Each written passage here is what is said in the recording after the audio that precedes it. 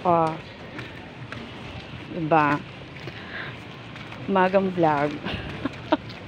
Maulan na pornada ang aking pagsusumba.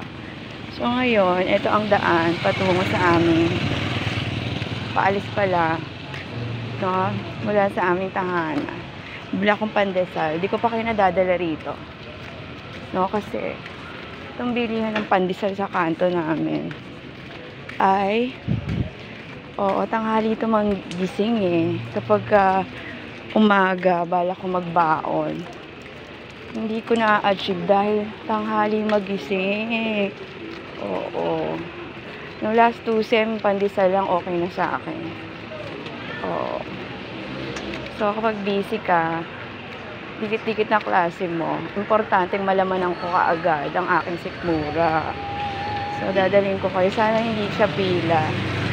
Opa. So, alam mo naman, kapag busy kang tao, ang vlogging, investment yan eh. Mag-i-invest ka. Oo. As being a content creator. Kaya kung ano na lang yung gastos mo, yun na lang din ang iba-vlog mo para hindi ka bitter. Ako ganun ako.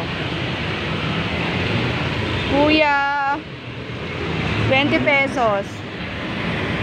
So, ayan. Tanghali na eh. 20 pesos lang.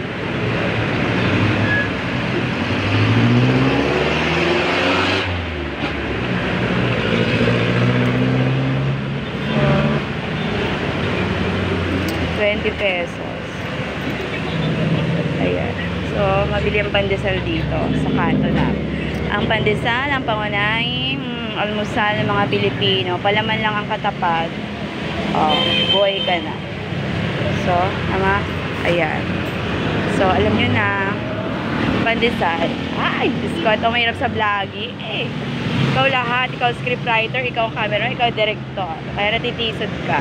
May hawak kang payong and all. Hindi ko ipakita yung mukha ko dahil sawang-sawa na ako sa mukha ko. O siya, alam niyo na yung destination ko pag araw ng Saturday, Sunday, it is Lustay Day. Kaya magsipag kayo para may pang Lustay. Ganun lang, ang Madam UK Pink.